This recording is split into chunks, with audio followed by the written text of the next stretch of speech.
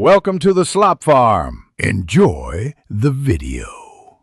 In this video, I will explain how to make delicious no-crust quiche. First, gather your ingredients like eggs, milk, cheese, and your favorite fillings such as spinach or ham. Preheat your oven to 375 degrees Fahrenheit to ensure even cooking. Next, generously grease your pie dish with butter or cooking spray.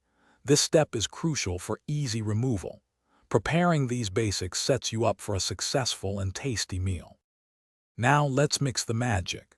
In a large bowl, whisk together 4 large eggs with 1½ cups of milk or cream until well combined.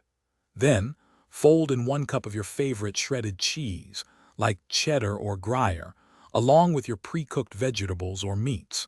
Season the mixture with about 1/2 teaspoon of salt and a dash of pepper.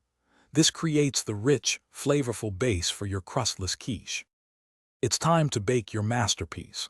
Carefully pour the egg mixture into your greased pie dish, ensuring the fillings are evenly distributed. Place it in the preheated oven and bake for 35 to 45 minutes. The quiche is ready when the center is set and lightly golden brown.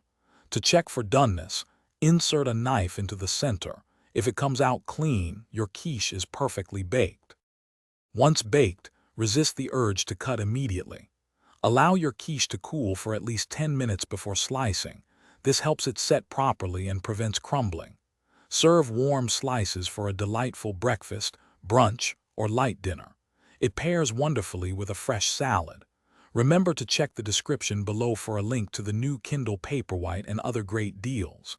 Enjoy your homemade, healthy, and delicious no-crust quiche. Thanks for watching.